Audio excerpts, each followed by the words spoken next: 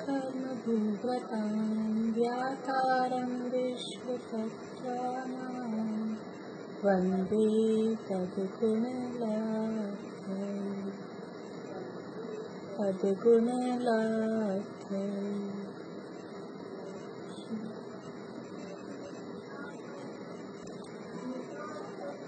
मोक्षमार्ग के नेता एवं कर्म पर्वतों के भेदा और विश्व के सब तत्वों के गायक चेतन संवेदक सद्गुण आप समान प्राप्त हो यही भावना आकर के विनय पूर्वक करूं वंदना बारंबार जिनेश्वर। बढ़िया, बहुत अच्छा। आपकी आवाज थोड़ी धीरे आ रही थी, बाकी बढ़िया था। चलिए,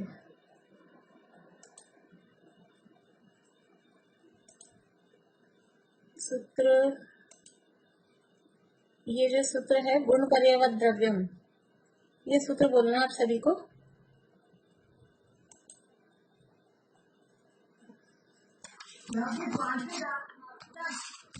सुनाइए। द्रव्य का लक्षण बताया जा रहा है इस सूत्र नंबर 38 में। पहले जो द्रव्य का लक्षण बताया था वो कौन सा था? पहले द्रव्य का क्या लक्षण बताया था रंजू भाभी? पहले द्रव्य का क्या लक्षण बताया था? आवाज चालू करिए। हाँ,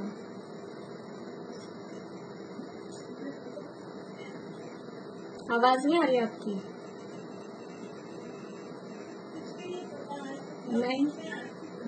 नहीं पता है, ठीक है।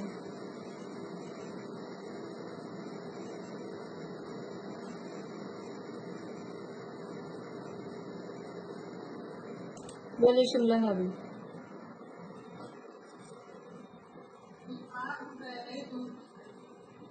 उत्पाद व द्रव्य युक्तम सत, यानी उत्पाद व द्रव्य, ये द्रव्य का लक्षण। सत द्रव्य का लक्षण कहा था और सत यानी उत्पाद व द्रव्य, तो द्रव्य का लक्षण उत्पाद व द्रव्य ये कह सकते हैं। द्रव्य का लक्षण पहले उत्पाद व द्रव्य बताया था, सत बताया था। अब वो थोड़े शब्द कठिन से लगे हमको, उत्पाद व द्रव्य, द्रव्य तो और भी भारी शब्द लगता है, तो आचार्य देव से कहा कि थोड़ा सा सरल बता दो जो हमको समझ में आ जाए जल्दी से।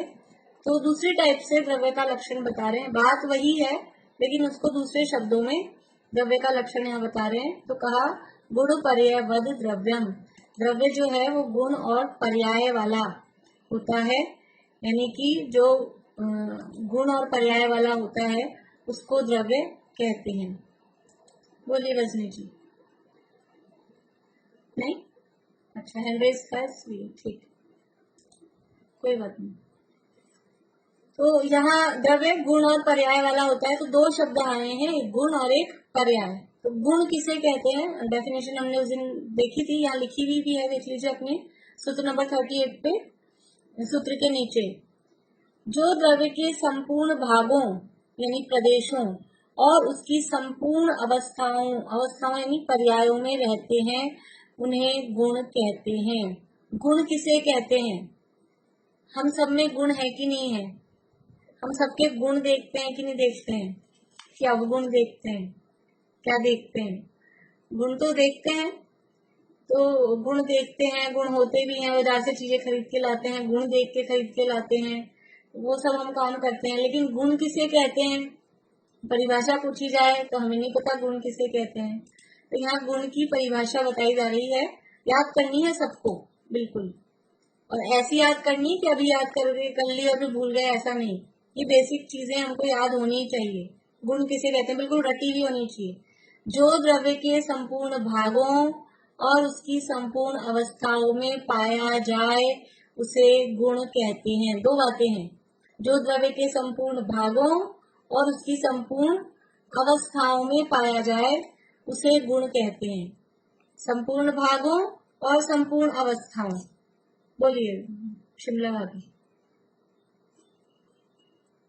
पूछ रहे हैं कुछ शिमला भाभी?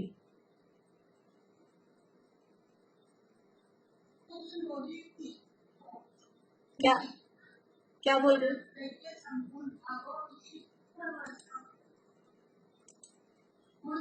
ठीक है ठीक है, हाँ ठीक है।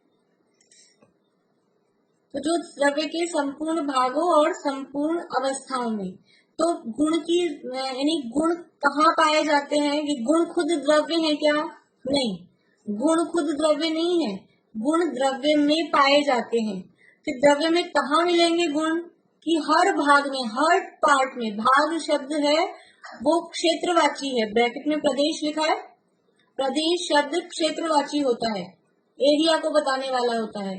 तो गुण है वो किसी भी द्रव्य के किस एरिया में मिलेंगे। जैसे कि कोई चीज अपन कहें कि जैसे कभी किसी को भेज देते ना कि हमारे घर जाओ, हमारे घर में रखी है, वो ले आना। तो आपके घर में कहाँ मिलेगी? कोई कॉपी मंगानी है, अपने कोई बुक मंगानी है, तो मेरे घर से ले आओ। तो आपके घर में कहाँ मिलेगी? जगह बताओ। हर जगह पड़ी हुई मिलेगी क्या?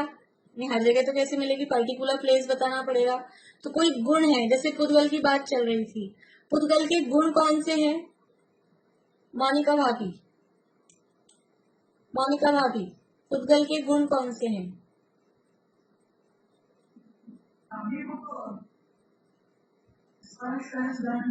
बहुत बढ़िया। स्पर्श, रस, गंध और वर्ण, ये पुद्गल के गुण हैं। तो हमें स्पर्श गुण देखना है, तो पुद्गल में कहाँ मिलेगा? पुद्गल के कौन से पार्ट में स्पर्श गुण मिलेगा? ऊपर, नीचे, बीच में, साइड में, राइट में, लेफ्ट में, कहाँ मिलेगा? ये तो हमको देखना पड़ेगा ना कि स्पर्श गुण कहाँ मिलेगा। कि जहां से पुद्गल को छुआ जाएगा, हर भाग में, ये एक पुद्गल है, ये एक पुद्गल है, तो इसमें स्पर्श गुण कहाँ मिलेगा? यहाँ कि यहाँ कि यहाँ कि हर जगह। जो द्रव्य के संपूर्ण भागों मतलब जितना बड़ा द्रव्य है, हर जगह वो उसमें हो, वो कहलाएगा गुण। जो द्रव्य के संपूर्ण भागों में कि इसमें स्पर्श चाहिए, तो हर जगह स्पर्श है। रस, रस एक गुण है। इसमें रस है कि नहीं? पेंसिल में, पेंसिल में रस है कि नहीं? क्या मालूम, हमने खा के थोड़ी ना देखी है। बचपन में खाते हैं सब, पीछे से खाई होगी पेंसिल, तो स्वाद आता होगा, तभी तो खाते हैं बच्चे, पीछे से खा खा के आधी कर देते हैं उसको। आजकल का पता नहीं, पहले तो सब खाते रहते थे इसको ही। तो इसमें रस होता है, सबने स्वाद लिया हुआ है, हाँ कर रहे हैं सब लोग इसमें रस होता है। तो इसमें वो जो रस है वो किस जगह है? पीछे ही होता होगा, आगे थोड़ी ना होता है।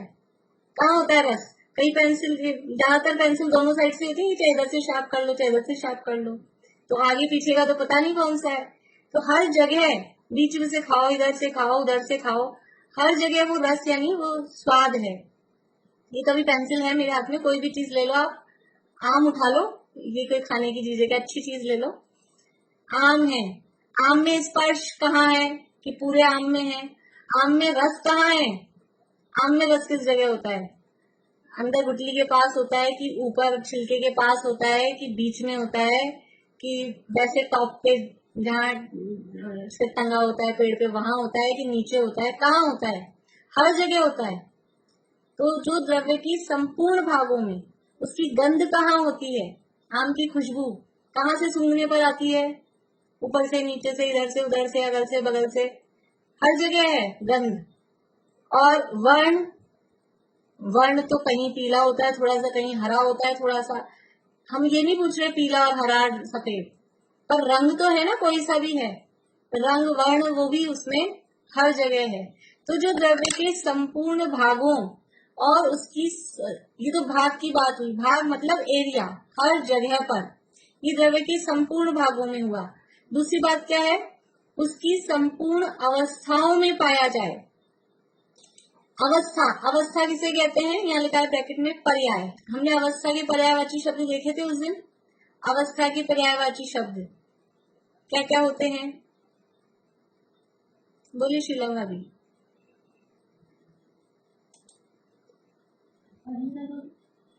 हाँ, दो चार बता दीजिए, हमने बहुत सारे देखे थे उस दिन।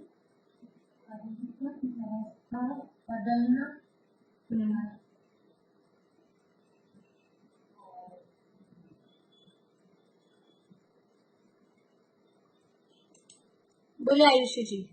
और पर्याय के पर्यायवाची क्रिया और हाँ वो हो गया। परिवर्तन बोलिए भारती आंटी। बढ़िया। पर्याय मतलब परिणमन है, चेंज है, क्रिया है। पर परिणमन मतलब ये पर्याय मतलब उसकी अवस्था, अवस्था मतलब उसकी दशा, हालत, पोजीशन, ये सब उसके पर्याय है। तो जो द्रव्य के संपूर्ण भागों और उसकी संपूर्ण अवस्थाओं में उसकी हर पर्याय में, उसकी हर दशा में, हर हालत में जिस भी रूप वो परिणमन कर रहा है उसी रूप में वो गुण उसमें पाया जाएगा हर दशा में। जैसे कि वही आम है तो आम का गुण, अभी हमने तो पुद्गल के हिसाब से स्पर्श गंध वर्ण देखे, वैसे आम का गुण वो जो मिठास, उसका जो स्वाद है, मेन वही है ना उसके, मतलब मुख्य रूप से हम जिसलिए उसको पसंद करते हैं। तो वो आम का वो जो गुण है वो उसकी कौन सी दशा में रहता है? जब वो साबुत होता है तब, जब उसके पीस करके खाते हैं तब, जब उसका जूस बना देते हैं तब, या जब उसकी लंबी लंबी फाक करके खाते हैं तब, या छोटे पीस करके खाते हैं तब, कौन सी टाइम पर उसका वो क्वालिटी, वो उसका जो मिठास है वो किस समय रहती है? आम में वो मिठास किस समय रहती है? उसके जूस में रहती है या उसकी बर्फी बना दी जाए? आम की बर्फी बनती है इंदौर साइड में, या उसका चूरमा बना दिया जाए। आम का चूरमा खाया कभी आप लोगों ने? आम से आटा गूंथ लो और फिर चूरमा जैसे बनाते हैं वैसे बना लो, तो उसका चूरमा बना दिया जाए। मैंने आपको विधि बता दी है, ठीक है, ट्राई कर लेना आप लोग। तो कौन सी दशा में, उस आम की कौन सी दशा, बर्फी है, जूस है, पीसेस है, पीसेस भी अलग अलग टाइप से बता दिया आपको, छिलके सहित कि छिलका उतार के, सबका अपना अपना शौक होता है किसको कैसे खाना है। तो उसकी कौन सी दशा में, कौन सी हालत में वो उसका गुण मिलेगा? चूरमा बना देंगे जब तो वो नहीं रहेगा ना, उसका पता थोड़ा ना चलेगा आपको काई का है। बर्फी बना देंगे तो पता थोड़ा ना चलेगा काई की है। जूस बना देते हैं तो मालूम नहीं चलता किसका है। जैसे घिया की, सब बच्चे घिया नहीं खाते तो उसकी पुड़ी बना के, उसका जूस बना के बच्चों को खिला देते, उनको पता ही नहीं चलता है काई का है। तो ऐसे ये तो बच्चे हैं ना इसलिए, लेकिन पता चलता है कि नहीं चलता है?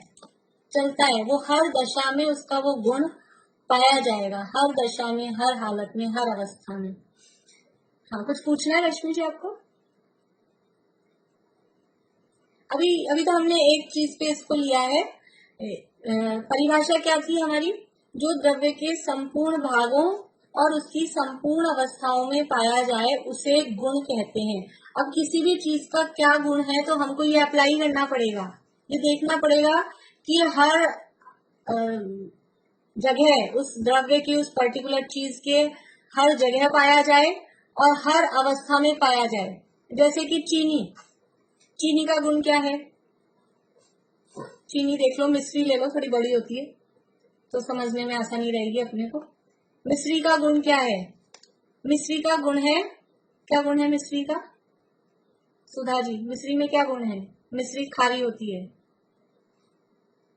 क्या होता है मिश्री का गुण? मिठास होती है। मिश्री मीठी होती है।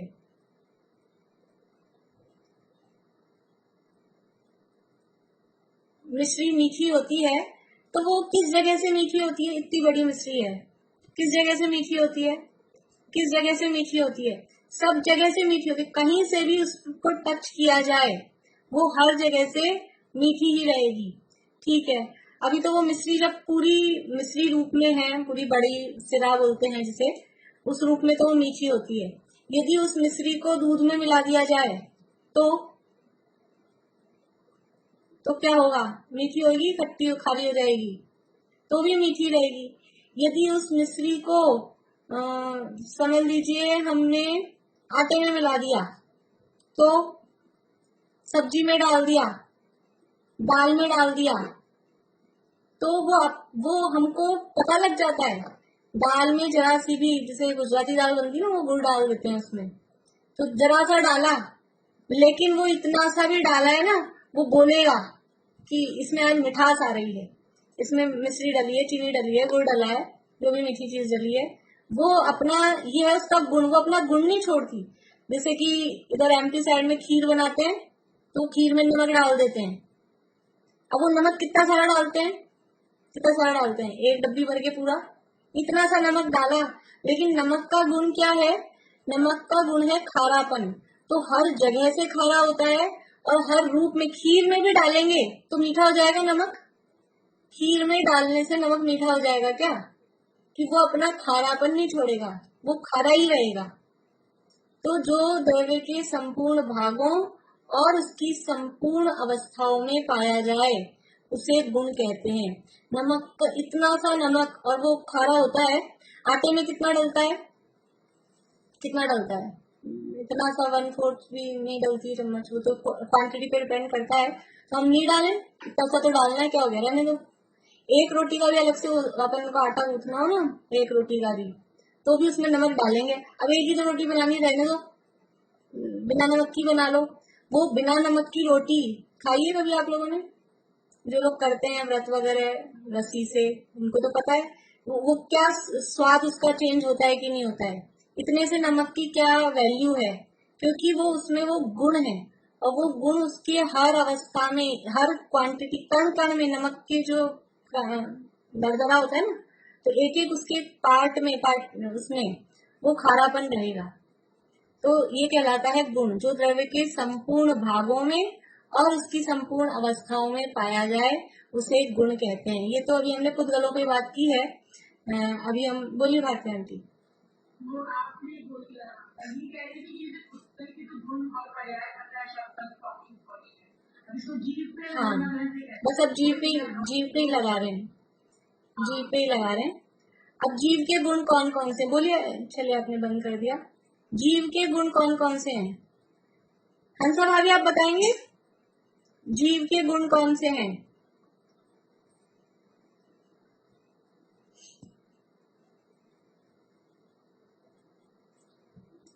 जीव के गुण है, हाँ, ज्ञान दर्शन, बढ़िया, ज्ञान दर्शन, ज्ञान दर्शन, सुख वीर्य प्रभुत्व विभुत्व, ज्ञान दर्शन गुण है। तो एक अपन ज्ञान को देख लेते हैं, ठीक है, ज्ञान जीव का गुण है। अब गुण की परिभाषा क्या है, जो द्रव्य के संपूर्ण भागों और उसकी संपूर्ण अवस्थाओं में पाया जाए उसे गुण कहते हैं। तो एक जीव को उठाओ, किस जीव को उठाएं, किसको उठाएं, चींटी पकड़ लाएं कि मच्छर पकड़ लाएं, कि नहीं, दूसरे जीवों को उठाने की जरूरत नहीं, अपन जीव है कि नहीं है, मैं एक जीव हूं तो हम जीव हैं। अब ये ज्ञान कहाँ पाया जाएगा, द्रव्य के संपूर्ण भागों में पाया जाएगा। मान लीजिए ये मेरे द्रव्य का, ये जो अपना शरीर का आकार है, ये पूरा द्रव्य है ना, ये जीव द्रव्य है, आकार के हिसाब से इसको भी अपन जीव द्रव्य मान रहे हैं, ये जीव द्रव्य है क्योंकि इसके अंदर ही जीव है। तो किस जगह होता है ज्ञान, ज्ञान किस जगह होता है, ज्ञान किस जगह होता है, पूरे में, ये भी नहीं पता आप लोगों को ज्ञान कहाँ होता है, पूरे में कभी ज्ञान होता है, यहाँ होता है ना ज्ञान, ऐसा बोलते, बुद्धि, कहाँ होता है ज्ञान, सब लोग यही बता रहे हैं, पूरे में है, यही जवाब दे रहे हैं आप लोग जिन्होंने हैंड रेज किए हैं, या यहाँ बताना है, पूरे में है, सब पढ़े लिखे हैं ना पहले से बढ़िया। तो हम ये जो कहते हैं ज्ञान कहाँ है, यहाँ, ज्ञान यहाँ है, तो ज्ञान वास्तव में ऐसा पर्टिकुलर प्लेस पे नहीं है, क्योंकि ज्ञान है वो जीव का गुण है, और गुण क्या है, जो द्रव्य के संपूर्ण भागों में, चलिए आप लोगों ने जवाब तो दे दिया कि सब जगह है, अभी उसको सिद्ध करना है, आपको अपनी बात को प्रूव करना है कि ज्ञान सब जगह है। बोलिए चित्रांटी, बहुत देर से आपने हाथ खड़ा कर रखा है। जैसे हमारे को कहीं दर्द होता है,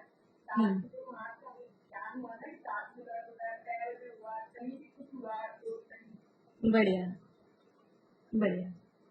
देखिए, यदि ज्ञान केवल यही हो तो पैर में कांटा चुभा, पैर में कांटा चुभा तो पता नहीं लगना चाहिए, क्योंकि ज्ञान तो यहाँ होता है, बस यहाँ कांटा चुभे तो ही पता लगे हमें, और कहीं भी कुछ भी उंगली कट जाए, काम करते करते कुछ तेल का छींटा लग गया गरम गरम, तो फिर हमको नहीं पता लगना चाहिए कि हमारे लग गई, कि दर्द हो रहा है कि क्या। फिर पेट में ये दर्द क्यों होते हैं, घुटनों में दर्द, कमर में दर्द, पैर में दर्द, ये कैसे होता है? क्योंकि ज्ञान हर जगह है, आत्मा के हर प्रदेश में। प्रदेश कब समझ में आता है? संपूर्ण प्रदेशों में, एक एक प्रदेश में ज्ञान है। ज्ञान किसी पर्टिकुलर, आत्मा में असंख्यात प्रदेश हैं और अनंत गुण हैं, तो ऐसे गुणों ने बांट रखे होंगे, कुछ कुछ गुण इस प्रदेश पर, कुछ गुण इस प्रदेश पर, कुछ गुण इस प्रदेश पर। ऐसा होता है कि सभी गुण सभी प्रदेशों पर रहते हैं। ऐसा नहीं होता कि एक प्रदेश पर 2-4 गुण, फिर दूसरे प्रदेश पर 8-10 गुण, फिर तीसरे प्रदेश पर 25-30 गुण। ऐसा नहीं, आत्मा के संपूर्ण प्रदेशों पर हर गुण होता है। तो वो द्रव्य, क्योंकि वो द्रव्य के संपूर्ण भागों में है, हर जगह है। एक और आपको बात बताती हूँ, ये तो अपना यानी सिंपल सा लॉजिक है ही है, कि हमको कहीं भी कुछ भी चुभता है, लगती है, तो हर जगह वो दर्द फील होता है। एक और दूसरी बात, कि ये जो आत्मा में प्रदेश है, ये शरीर में आत्मा प्रदेश है, आत्मा के प्रदेश, ये आत्मा के प्रदेश हम निरंतर हर समय रोटेट होते रहते हैं पूरी बॉडी में, ऊपर से नीचे जैसे रोटेट होते रहते हैं, घूमते रहते हैं। आत्मा के प्रदेश पूरे शरीर में इस तरह से घूमते रहते हैं। यदि पर्टिकुलर जगह पर ही ज्ञान हो, इसी जगह ज्ञान हो, तो ये तो रोटेशन चल रहा है। अब ये वाले प्रदेश कभी पैर में पहुंच जाएंगे और पैर वाले प्रदेश कभी यहाँ आ जाएंगे। तो यदि संपूर्ण प्रदेशों में ज्ञान नहीं होगा तो फिर कैसे काम चलेगा? फिर वो जो पैर वाले प्रदेश थे वो यहाँ आ जाएंगे, तो फिर ज्ञान फिर पैर से ही होगा अकेला, क्योंकि यहाँ वाले प्रदेश पैर में पहुंच गए। ऐसा होगा क्या? तो ऐसा नहीं है। आत्मा के संपूर्ण प्रदेशों में हर गुण है, तो जो ज्ञान गुण है वो आत्मा के संपूर्ण प्रदेशों में पाया जाता है, हर जगह ज्ञान पाया जाएगा। ये ज्ञान की तरफ से अपन ने बात की है। अब जितने भी अनंत गुण हैं, दर्शन, सुख, वीर्य, प्रभुत्व, विभुत्व, सक्षत्व, जितने भी और भी जो भी गुण हैं, वो सब हर प्रदेश। अस्तित्व, अस्तित्व किस जगह होता है? आत्मा में अस्तित्व, मेरा अस्तित्व है, तो यहाँ होता है अस्तित्व, यहाँ हार्ट पे। कहाँ होता है अस्तित्व? अस्तित्व भी हर जगह है। वस्तुत्व, द्रव्यत्व। अभी संजीव जी के प्रवचनों में चल रही है 6 सामान्य गुणों की चर्चा। कल थी, परसों थी, परसों, कल, आज भी चलेगी, 3 दिन के। आप लोग सुन सकते हैं, अपना अपन ने लिया था, वैसे इस जगह भी ले सकते थे, लेकिन अपन ने पीछे ही ले लिया था, तो आप लोगों का रिवीजन हो जाएगा। क्या तारीख थी आज? 5 है ना? 3, 4 और 5, 3 दिन के शाम के संयम प्रकाश के प्रवचन। जो लोग रेगुलर सुनते हैं वो तो सुनते ही हैं, जो लोग नहीं सुनते वो 3 दिन के ये आप प्रवचन सुन लीजिए संजीव जी के। 3 तारीख, 4 तारीख और 5 तारीख आज की होगा। तो 6 सामान्य गुणों की चर्चा उसमें चल रही है। तो ये अस्तित्व गुण है, वस्तुत्व गुण है, द्रव्यत्व गुण है, कहाँ पाए जाते हैं? हर जगह, हर जगह ये सारी सभी के सभी गुण पाए जाते हैं। बोलिए अनुज। आज तो 10 तारीख है। अच्छा, आज 10 तारीख है, सॉरी। तो क्या हुई आज? 8, 9, 10, सॉरी, 8, 9, 10, ठीक है। 8, 9, 10 ये 3 दिन के सुन लीजिएगा। चलिए, कुछ पूछना है?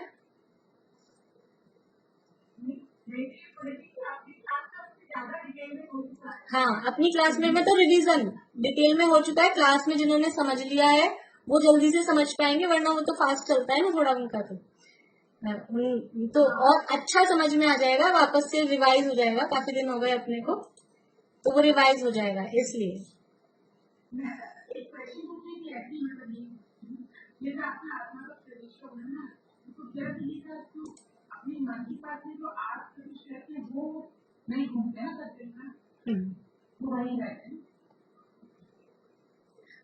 तो ये एक बात हो गई, जो द्रव्य के संपूर्ण भागों में पाया जाए उसे गुण कहते हैं। अब दूसरी चीज, इसको जीव पे अप्लाई करना है, जो उसकी हर अवस्था में पाया जाए। आत्मा की अवस्थाएं कौन कौन सी हैं? आत्मा की, जीव की कुछ अवस्थाएं बताइए, ये प्रश्न है आपके लिए।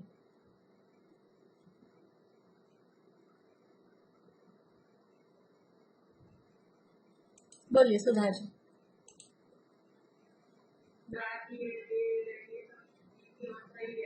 ठीक है, देव नारकी मनुष्य तिरंज, ठीक है। देव नारकी मनुष्य तिरंज ये जीव की अवस्थाएं हैं। और कोई अवस्था बतानी किसी को? बोलिए सरोजान जी। हाँ, तो उसको अपन एक इंद्रिय, दो इंद्रिय, तीन इंद्रिय ऐसे भी कह सकते हैं। ये भी आत्मा की जीव की अवस्थाएं, वो त्रिअंश में आ गई लेकिन वो भी अवस्थाएं हैं। बढ़िया। और कोई अवस्थाएं बतानी है? अनीता आंटी आप कोई और अवस्था बता रहे थे?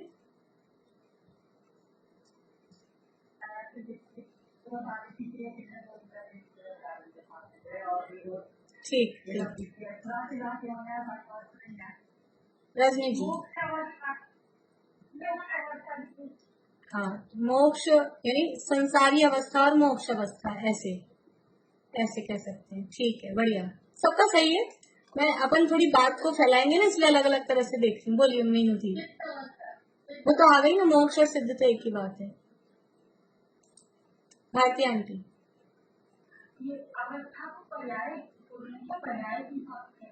और क्या अभी तो आपने बताया था, पर्याय और अवस्था दशा हालत पर्यायवाची है। राग द्वेष वाली पर्याय, यहाँ जीव की दशा देख रहे हैं ना अभी, तो वो रागी देशी संसारी में आ गया, वो ले सकते हैं, उसमें भी ले लीजिए, उसमें भी घटा लेंगे अपन राग द्वेष रूप अवस्था।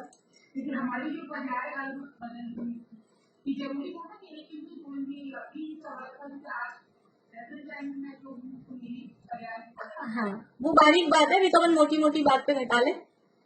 बोलिए प्रीति।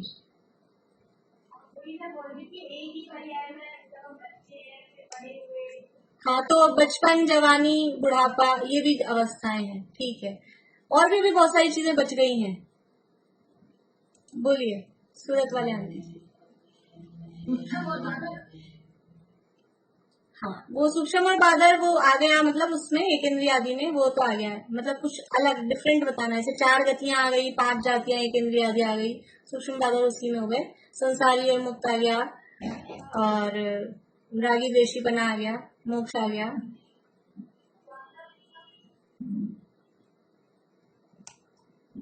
जानना देखना अवस्था नहीं कहलाएगी, वो तभी ज्ञान की बात हो गई। जीव की अवस्था है। ज्योति जी बोलिए। अब थोड़ी सी आपको थोड़ा लेवल बढ़ाना पड़ेगा सोचने के लिए। हाँ, तो इसको हम बोलेंगे छेड़ाला की लैंग्वेज में बहिरात्मा, अंतरात्मा, परमात्मा। ये जो अवस्था है, मिथ्या दृष्टि है, सम्यक दृष्टि, ये जीव की अवस्थाएं हैं, ठीक है ना। मिथ्या दृष्टि है, सम्यक दृष्टि है, मुक्त है, ये जीव की अवस्था है। और अब इनके अलावा कुछ और बोलना है किसी को? बस लास्ट एक ही जने से पूछूंगी अब मैं। बोलिए शीला भाभी।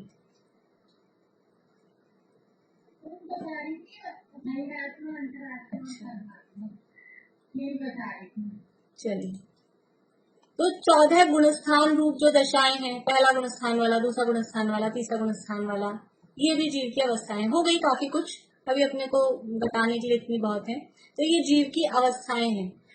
अपनी बात क्या है कि जो द्रव्य के संपूर्ण अवस्थाओं में पाया जाए वो गुण है। तो अब हमको देखना है, सबसे पहले हमने लिया था 4 गति, देव है, मनुष्य है, नारकी है, तिर्यंश है। और जीव का गुण कौन सा लिया है हमने? गुण लिया है हमने ज्ञान। तो ये जो ज्ञान गुण है, ये देवों में पाया जाता है कि नहीं? ज्ञान गुण देवों में पाया जाता है कि नहीं? आप लोग हाँ के लिए 1, ना के लिए 2 ऐसा कर दीजिए। एक एक से पूछने में अलग अलग टाइम लगता है। एक एक एक एक। ज्ञान गुण देवों में पाया जाता है कि नहीं? एक व्यक्ति 2 उंगली दिखा रहे हैं, नहीं। इसलिए जी देवों में ज्ञान नहीं पाया जाता। अब 1 हो गई, सबकी 1 है। देवों में ज्ञान पाया जाता है, नारकियों में तो नहीं पाया जाता ना। नारकियों के लिए, नारकियों में ज्ञान पाया जाता है या नहीं? नारकियों में भी पाया जाता है। मनुष्यों में, मनुष्य तो अपन है, मनुष्य में तो पाया जाएगा। तिर्यंचों में ज्ञान नहीं पाया जाता है। तिर्यंचों में भी पाया जाता है। यानी क्या है, ये जीव की अवस्थाएं हैं, ठीक है। जीव की हर अवस्था में ज्ञान पाया जाएगा, चाहे वो देव हो, चाहे वो तिर्यंच हो। अब अपन तिर्यंचों को लें, तिर्यंच 5 प्रकार के होते हैं। एक इंद्रिय, दो इंद्रिय, तीन इंद्रिय, चार इंद्रिय, पंच इंद्रिय। एक इंद्रिय समझते हैं पृथ्वी, जल, अग्नि, वायु, वनस्पति। वनस्पति कायिक है, पेड़ पौधे हैं, हवा है, अग्नि है। फिर ये लट, चींटी, कीड़ा मकोड़ा, मक्खी, मच्छर, गाय, भैंस, गधा, घोड़ा। तो एक इंद्रिय जीवों में पहाड़ों में, पेड़ों में, समुद्रों में, नदियों में, ये जो जल कायिक है, वायु कायिक है, अग्नि कायिक है, इनमें ज्ञान पाया जाता है कि नहीं? एक और दो। पहाड़ में ज्ञान पाया जाता है? पहाड़ के लिए बताइए। पहाड़ में भी ज्ञान पाया जाता है, यानी पहाड़ रूप अवस्था में है, पृथ्वी कायिक है, फिर भी ज्ञान पाया जा रहा है। जल कायिक है, फिर भी ज्ञान पाया जा रहा है। लट बन गई, सीप होता है ना, सीप समुद्र में, सीप, शंख, वो जीव है कि अजीव है? शंख, कौड़ी, सीप, जीव है। कितने इंद्रिय जीव है? दो इंद्रिय जीव है शंख। हमको लगता है क्या है? हमको जड़ अचेतन जैसे लगते हैं, लेकिन उनमें भी ज्ञान पाया जा रहा है। पत्थरों में मोती है, ये सब इनमें ज्ञान पाया जा रहा है। मतलब अभी वो अगर जीव निकल गया तो नहीं, उसमें जीव सहित अवस्था को अपन पकड़ रहे हैं। फिर मक्खी मच्छरों में, इनमें तो अपने को समझ में आता है, बाकी गाय घोड़ा गधा कुत्ता, इनमें तो अपने को समझ में आता है। तो हर अवस्था में, इसके बाद में हमने अवस्था ली, संसारी अवस्था है कि मुक्त अवस्था है? तो संसारी अवस्था में तो ज्ञान पाया जा रहा है। कितना ज्ञान है अपने को? इतनी किताबों का, शास्त्रों का, डॉक्टरी का, इंजीनियरिंग का, और जो भी मैथ्स का, साइंस का। मुक्त जीवों को ज्ञान थोड़ी ना होता है। मुक्त जीव जो मोक्ष चले जाते हैं, उनको भी ज्ञान होता है। तो चाहे संसारी अवस्था में हो, चाहे मोक्ष में चले जाएं, ज्ञान पाया जा रहा है। ठीक है। इसके बाद में समझ लीजिए, हमने अवस्था ली बहिरात्मा, अंतरात्मा और परमात्मा। बहिरात्मा का मतलब है, जिन्होंने छेड़ाला पढ़ी है उनको ख्याल में होगा। बहिरात्मा किसे कहते हैं? बोलिए बेला भाभी, बहिरात्मा किसे कहते हैं? शरीर और आत्मा को अलग अलग माने। शरीर और आत्मा को एक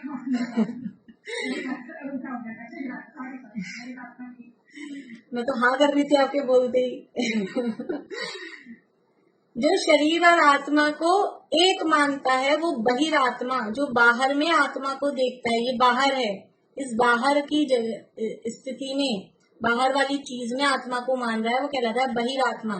तो चाहे बहिरात्मा रूप अवस्था हो, मिथ्या दृष्टि, वो कहलाता है बहिरात्मा। चाहे अंतरात्मा हो, अंतरात्मा किसे कहते हैं?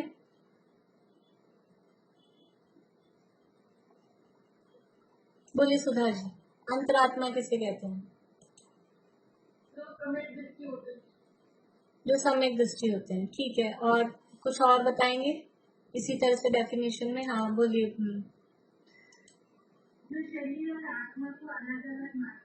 जो आत्मा और शरीर की भिन्नता को जानते हैं, उसको अलग अलग मानते हैं, वो अंतरात्मा यानी सम्यक दृष्टि, यानी वही है सम्यक दृष्टि। तो बहिरात्मा हो, मिथ्या दृष्टि हो, या अंतरात्मा हो, सम्यक दृष्टि हो, या तीसरी पोजीशन है परमात्मा। परमात्मा किसे कहते हैं? बोलिए आंटी।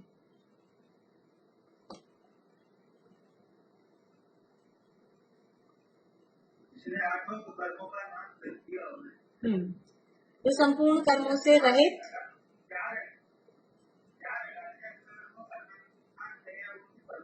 हाँ, यानी जो वीतरागी और सर्वज्ञ होते हैं वो परमात्मा है। जो वीतरागी और सर्वज्ञ होते हैं वो परमात्मा है। तो चाहे मिथ्या दृष्टि बहिरात्मा की अवस्था हो, चाहे सम्यक दृष्टि अंतरात्मा की अवस्था हो, चाहे वो वीतरागी सर्वज्ञ भगवान हो, ज्ञान पाया जाएगा कि नहीं पाया जाएगा? मिथ्या दृष्टि में ज्ञान होता है। मिथ्या दृष्टि का एक पर्यायवाची शब्द है अज्ञानी। तो मिथ्या दृष्टि में ज्ञान होता है कि नहीं? अज्ञानी में ज्ञान होता है कि नहीं? हम भगवान के सामने स्तुति गाते हैं, मैं अज्ञानी, निपट अज्ञानी, ऐसे ऐसे स्थितियों में होता है ना, पूजाओं में, स्तुतियों में। तो हम अज्ञानी हैं, हमें ज्ञान है कि नहीं है? कि अज्ञानी में भी ज्ञान तो है ही है। ज्ञान नहीं होता तो अ कैसे लगता है उसके आगे? वो अ लगा है, वो ज्ञान तो है ना उसके साथ में। इसलिए अज्ञान दशा में भी ज्ञान है, भले ही वो ज्ञान विपरीत है। वो विपरीतता श्रद्धा की विपरीतता से विपरीतता है, लेकिन ज्ञान तो है ही है। तो चाहे बहिरात्मा हो तो भी ज्ञान है, चाहे अंतरात्मा हो तो भी ज्ञान है, और चाहे परमात्मा बन जाएंगे तो भी ज्ञान है। वो केवल ज्ञान है। ये कुमति ज्ञान कुश्रुत ज्ञान है, यहाँ सुमति सुश्रुत ज्ञान है, लेकिन ज्ञान है। तो ये सभी अवस्थाओं में। और कौन सी रह गई है अपनी? गुणस्थानों की अपेक्षा से देख लें। पहले गुणस्थान में है तो भी ज्ञान है, चौथे में आ गया तो भी ज्ञान है, छठे सातवें में आ जाए तो भी ज्ञान है, 14वें में पहुंच जाए तो भी ज्ञान रहेगा, और सिद्ध बन जाए तो भी ज्ञान रहेगा। तो जो द्रव्य के संपूर्ण भागों में पाया गया, हर जगह देखा गया, और हर अवस्था में, बहुत सारी अवस्थाओं की चर्चा कर ली हमने जीव की।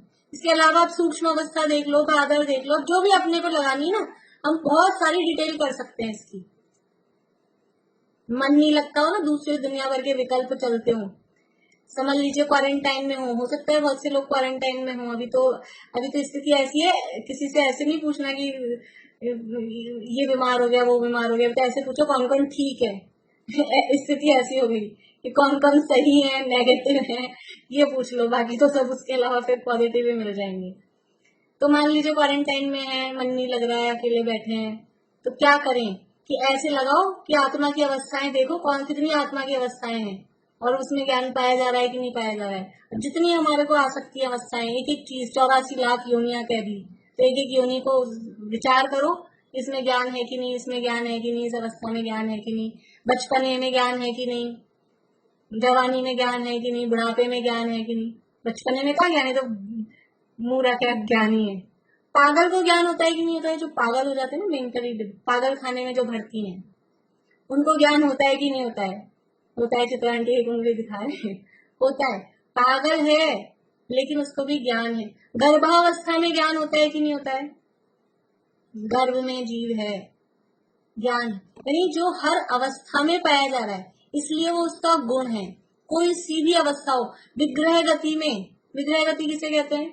आयुषी जी नहीं पता? विग्रह गति नहीं पता? शिमला भाभी, विग्रह गति किसे कहते हैं?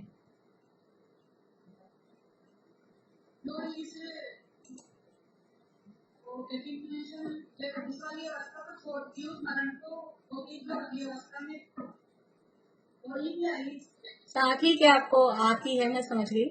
बोलिए बीना भाभी, विग्रह गति किसे कहते हैं? जो इस शरीर को छोड़कर और दूसरा शरीर धारण करते हैं, उस अवस्था को विग्रह गति कहते हैं। समय को, बीच के समय को, उस समय को मतलब वो बीच का समय। ये शरीर छोड़ा, यहाँ से मरण हुआ और दूसरी जगह जन्म अभी नहीं हुआ, तो वो जो बीच का टाइम है, वो टाइम कितना होता है? या तो एक समय होता है, या 2 समय होता है, या 3 समय, बस। बहुत ज्यादा घंटों का समय नहीं होता है। उस टाइम को कहते हैं विग्रह गति। एक शरीर छोड़कर दूसरा जन्म धारण करने के बीच के टाइम को विग्रह गति कहते हैं। विग्रह गति में ज्ञान होता है कि नहीं होता? विग्रह गति में, विग्रह गति में, विग्रह गति में भी ज्ञान होता है, क्योंकि वहां जीव है, और अगर जीव है तो जीव द्रव्य है, और द्रव्य है तो उसका जो गुण है वो उसकी हर अवस्था में पाया जाएगा। तो विग्रह गति रूप अवस्था हो, अपर्याप्त दशा हो, अभी ये सब ये अवस्थाएं हैं जीव की, पर्याप्त अपर्याप्त, सूक्ष्म बादल, साधारण प्रत्येक, सब में लगाते जाओ जितनी अपने को आ सके ना, जिसको जितना फैला हुआ है, जिसको जितना है, वो सब में लगाओ, सब में लगेगी, हर जगह लगेगी। आप सीधे खड़े हो तो ज्ञान है, और सो जाते हैं तो सोने की दशा, बेहोशी की दशा और कोमा की अवस्था, इस अवस्था में ज्ञान है कि नहीं है?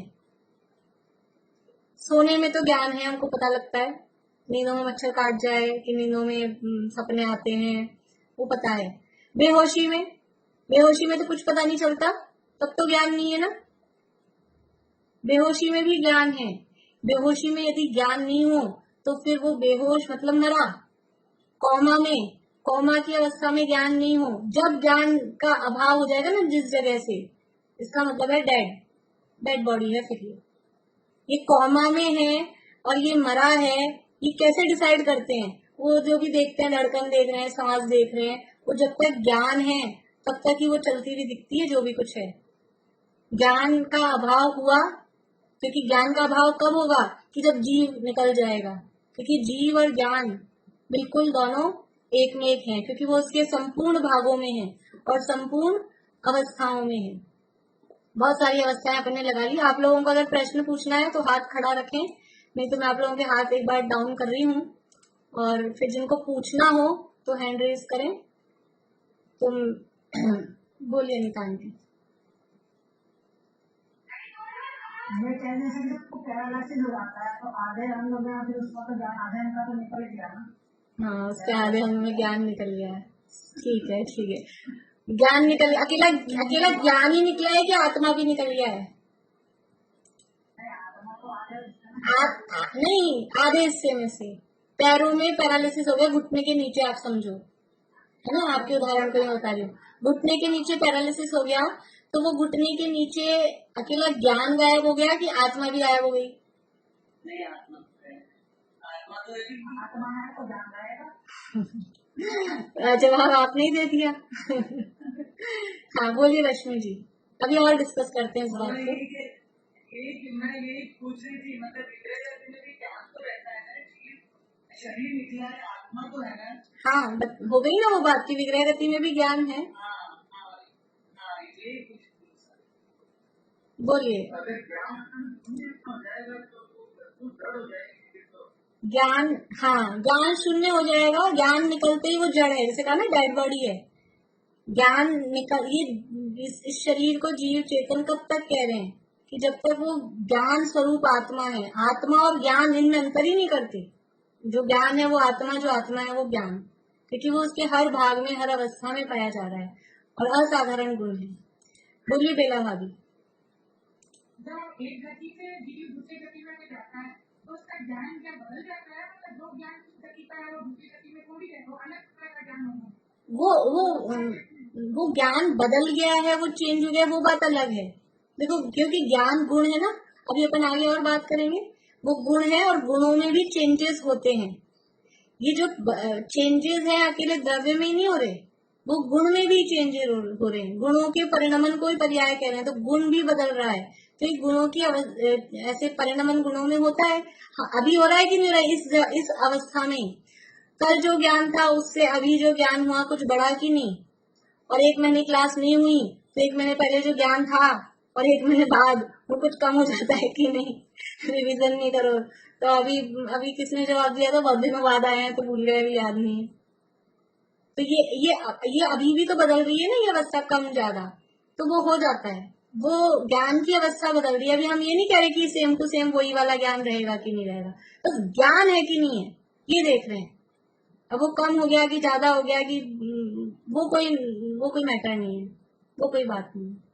ठीक है। हाँ, तो एक ही जो प्रश्न था अनिता आंटी का पैरालिसिस वाला, वो उसको थोड़ा सा मैं और बताना चाहती हूँ। बहुत लोगों की शंका रहती है पैरालिसिस हो गया हमको, तो पैरालिसिस हो गया, कुछ लोग ऐसे समझते हैं कि जैसे मान लीजिए घुटने के नीचे के वो पैरों में अब पैरालिसिस हो गया, वो काम नहीं करते, या पूरे पैर समझ लीजिए, पूरे पैरों में। तो कुछ लोग ऐसे समझते हैं वो आत्मा के प्रदेश ऊपर आ गए सिकुड़ के नीचे। अगर नीचे आत्मा के प्रदेश नहीं रहे, जिस जगह पैरालिसिस हो गया, हाथ में हो गया, तो ये हाथ में यदि आत्मा के प्रदेश नहीं रहेंगे तो क्या होगा? फिर ये जैसे जीव निकल जाता है बॉडी में से, फिर क्या होता है? फिर वो दुर्गंध देती है ना, वो शव, वो डेड बॉडी, वो सड़ती है। तो ऐसे ही सड़ेगा, जिसमें से आत्मा के प्रदेश निकल जाएंगे वो अंग फिर सड़ेगा, फिर वो कैसे रहेगा? तो वो आत्मा के प्रदेश तो वहीं के वहीं है, और आत्मा के प्रदेश हैं तो उनमें ज्ञान भी है। और अभी मैंने आपको एक बात बताई थी कि वो जो आत्मा के प्रदेश है ऊपर नीचे पूरी बॉडी में रोटेट होते हैं, तो उस समय भी, पैरालिसिस के समय भी वो पूरी बॉडी में रोटेट हो रहे हैं। तो ऐसा नहीं है उन प्रदेशों में ज्ञान कम हो गया जो पैर में, क्योंकि वो पैर वाले कभी ऊपर आ रहे, वो हर समय कंटिन्यू चल रहा है, तो ऐसा कुछ नहीं है।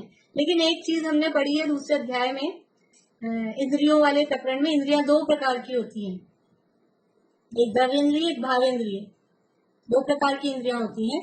जिन लोगों ने नहीं पढ़ा, दूसरे अध्याय में इसी में तत्वार सूत्र में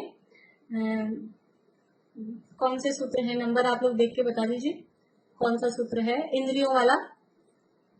जो सूत्र है द्रव्येंद्रियाणि, इंद्रियाणी, फिर वो निवृत्ति उपकरणे द्रव्येन्द्रियम लब्धि उपयोगो भावेन्द्रियम, ये सूत्र है। तो जो द्रव्येन्द्रियां हैं वो निवृत्ति और उपकरण रूप होती हैं। आवाज आ रही है बराबर?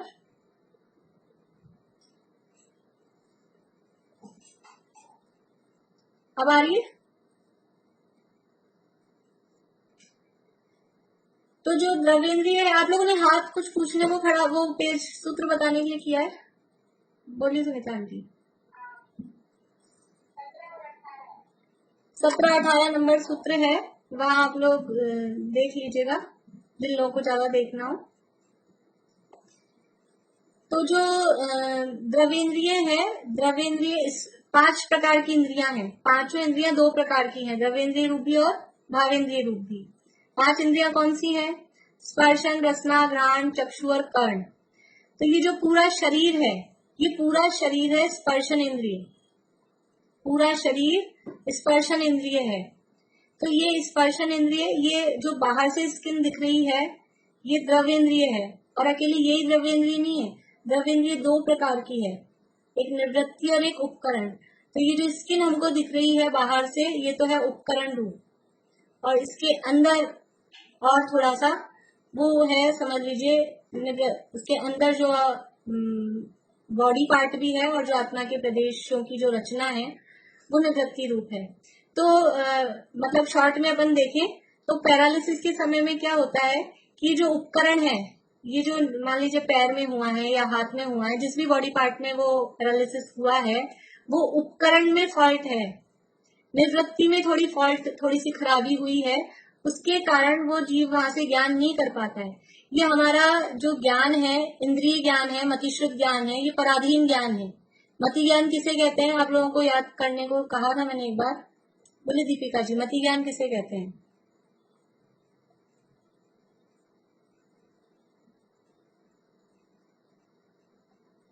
कौन बताएंगे फटाफट? अंकल आप बताएंगे मति ज्ञान किसे कहते हैं?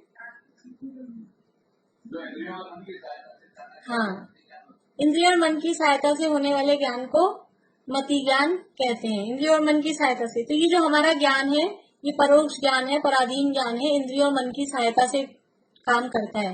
यद्यपि ज्ञान आत्मा का है, लेकिन उसको जानने के लिए से हमको देखने के लिए आंखों की सहायता पड़ती है। आंखें कमजोर हो गई तो चश्मे की सहायता पड़ती है। तो ये ज्ञान तो आत्मा में है, फिर चश्मे की क्या जरूरत है? आंख बंद करके देखो, आप में ज्ञान है ना, आंख बंद करके देखो। क्या अभी हमारे पास पराधीन ज्ञान है, मतिशुद्ध ज्ञान है, हम आंख बंद करके किसी को देख नहीं सकते। तो अभी हमारा आंखें कमजोर है, हम चश्मे के बिना देख नहीं सकते। तो ये पराधीन ज्ञान है। तो यद्यपि ज्ञान वहां पर है, लेकिन क्योंकि वो उपकरण में द्रव्येन्द्रिय में खराबी हुई है, तो द्रव्येन्द्रिय में खराबी होने के कारण वहां से वो सेंसेशंस, वो फीलिंग्स पता नहीं चलती हैं जिस जगह पैरालिसिस हुआ है। बाकी जो है वो ज्ञान में कोई दिक्कत नहीं, वो आत्मा के प्रदेश रोटेट होते हैं तो ऊपर आते हैं, दूसरी जगह आते हैं तो वहां से फील होता है, ज्ञान होता है। ठीक है, अभी समय हो गया, हो सकता है कुछ लोगों को नहीं समझ में आया हो, कठिन लगा हो, कोई बात नहीं। बोलिए चित्रा आंटी।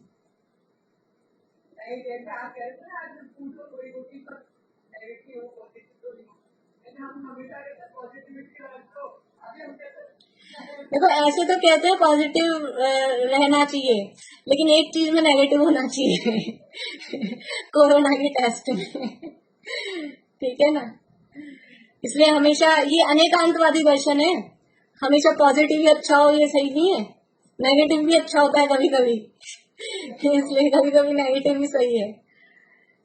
ठीक है, चलिए, इस संबंध में किसी को प्रश्न है? हाँ, हाथ खड़े हैं आप लोगों के, बोलिए रजनी जी।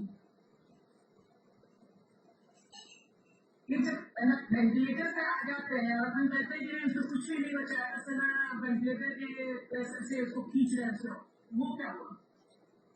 देखो, अगर वो सही है, उसमें 2 बातें होती है। कभी कभी तो डॉक्टर्स यूं ही मतलब बिल, कभी कोई मनी माइंडेड हो तो बिल बनाने के लिए, या फिर कभी कभी अपनी, अगर डॉक्टर सही है मतलब कभी कभी अपनी वो उसके लिए कि अभी से एकदम से कैसे कह रहे हैं, 2 बातें वो तो। पर अगर एकदम सही डॉक्टर है तो भी वेंटिलेटर से कृत्रिम सांस वो दी जाती है, तो उससे भी उसकी सहायता से भी, जैसे अभी हमने कहा ना पराधीनता है, चश्मे से दिख रहा है, जब तक आंख में रोशनी है बड़ा पावर लगा लगा के भी देख सकते हैं। तो ऐसे ही जब तक थोड़ी बहुत भी कुछ भी जान है तो उसको बाहर के वो इंस्ट्रूमेंट से वो श्वासोच्छ्वास को और उन सबको बनाया जाता है, लेकिन फिर पूरा ही जीव यदि निकल जाता है तो फिर डेड कहा जाता है। ये तो जब तक जीव है। टुकड़े में नहीं, टुकड़े में नहीं, टुकड़े में नहीं, वो उसकी शक्ति। थोड़ा का मतलब, थोड़े का मतलब यहाँ टुकड़ा नहीं है, लेकिन वो शक्ति एक तो ऐसी है कि अपने आप से पूरी सांस आ रही है। जैसे एक तो आंख में शक्ति ऐसी है कि बिना किसी के, देखो एक चक्रवर्ती की है, चक्रवर्ती की आंख सूर्य बिंब में स्थित जिनालय के दर्शन कर लेती है, और हमारी आंख से तो यहाँ सामने का ही अच्छे से नहीं पढ़ा जाता है, देखा जाता है। तो ये कहला रही है उसकी पावर, कि हमारी शक्ति थोड़ी है, उनकी शक्ति ज्यादा है। तो ऐसी जिनकी शक्ति अभी कम हो गई, उनको बाहर के, अब हमारे आंख की शक्ति कम हो गई तो हम चश्मे के साधन से देखते जाते हैं, और पूरी चली जाए, बिल्कुल आंख खराब हो जाए, फिर चश्मा लगाओ, तब थोड़ी ना अंधे व्यक्ति को चश्मा लगाने से दिख जाएगा क्या? नहीं दिखेगा। तो कुछ ना कुछ अंदर है तब वो देख पा रहा है। तो वो कुछ ना कुछ अंदर रहता है, तो वो वेंटिलेटर की सहायता से वो सांस वगैरह वो चलती है। हाँ, इसलिए एक बात और, टाइम आज बहुत हो गया। अपन ये सोचेंगे तो बेहोश है कोई व्यक्ति, कौमाने हैं तो ये क्या सुन रहे होंगे, ऐसा नहीं। व्यक्ति नींद में भी, बेहोशी में भी, कौमा में भी वो ज्ञान काम करता है। यदि ऐसी मरणासन अवस्था है तो हमें उनको सुनाना चाहिए, संबोधन देना चाहिए, वो अंदर से काम करता है। तो जो अगर ऐसा कुछ, ऐसी परिस्थितियां किसी के साथ बन गई हों और जिंदगी भर जिन्होंने धर्म ध्यान किया हो, तो अवश्य उनको कुछ सुनाना चाहिए, संबोधन करना चाहिए, जरूर करना चाहिए। बोलिए दीपिका। आप ही बोले प्रदेशों का मूवमेंट जो सर्किल में होता है, वो क्या मतलब वो चीज नहीं। प्रदेशों का मूवमेंट कैसे आत्मा तो ये तो असंख्य प्रदेश होते क्या सर्किल मतलब कैसे घूमता है, क्या कहने का क्या मतलब रोटेट होते हैं, जैसे जो अभी पैर वो खिसकते, जैसे ब्लड सर्कुलेट हो रहा है ना, ब्लड सर्कुलेट हो रहा है, ब्लड के साथ जैसे आप समझ लो ब्लड है, तो जैसे ब्लड ऊपर से नीचे सर्कुलेट होता है, वैसे ही वो आत्मा के प्रदेश भी ऐसे सर्कुलेट हो रहे हैं, उस तरह से। एक चीज मतलब वो प्रदेश नहीं रहेगा, बदलते रहेगा, बिल्कुल। बोलिए पारू। अभी मेरे को कल का आपने जो वो में बताया था कि कुछ पानी सूझ रहे थे, यदि किसी ने नोट कर तो मैं आज ही सोची थी, आज मैं शुरू में भूल गई। आप लोग कल ये सारे पॉइंट सबको लिख के रखने, अणु और स्कंद के अंतर के। कल स्टार्टिंग में मैं फास्ट बोलूंगी, मैं लिखने का टाइम नहीं दूंगी आपको, मैं फास्ट बोलूंगी, आपको मिलाना है केवल। तो जिसका जो छूट गया हो वो शॉर्ट में जैसे भी लिख सकें वो लिखें, ठीक है? तो सबको लिख के रखने अपने, जितने आ जाए 5, 6, 7 जितने याद आ जाए आपको उतने लिख के रखने हैं। फिर जब हम यहाँ से बोलेंगे तो आप लोग अपने मिला लेना, कम ज्यादा किसी, कई ने क्या कि वो पॉइंट्स 2-3 पॉइंट कर दिए उसको, वो एक प्रदेशी है कि वो अविभाज्य है, वो सब एक सी ही बातें होती है, तो उससे नंबर बढ़ जाता है। अब लोग हाथ पे हाथ खड़ा करते जा रहे हैं, बहुत समय हो गया। बोलिए अंकल। अब बस अब और हाथ नहीं खड़ा करना है कोई भी।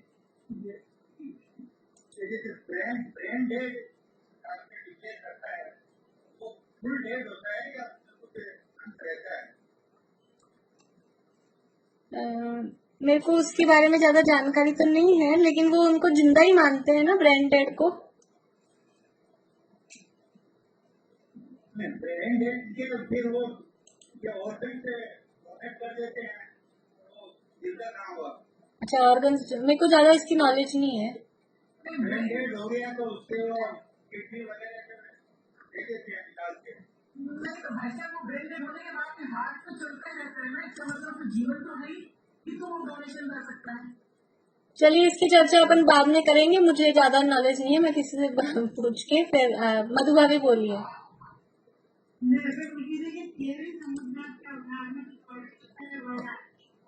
केवली समुद्घात की बात अपन ने की है, अभी तो बहुत टाइम लग जाएगा। समुद्घात का मतलब है मैं कल बता। हाँ, कल आप या तो शुरू में याद दिला देना, नहीं तो मैंने वो अपनी जो क्लासेस है ना उसमें मैं डाल तो देती हूँ टॉपिक, आप ढूंढ, थोड़ा सा मेहनत आपको करनी पड़ेगी, अगर आप ढूंढ लेंगे वो मेरे को आइडिया थोड़ा सा।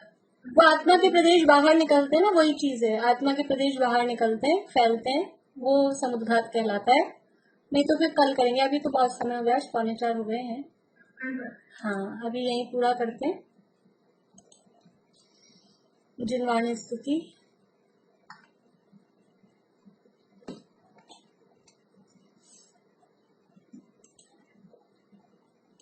समीक्षा आप करना,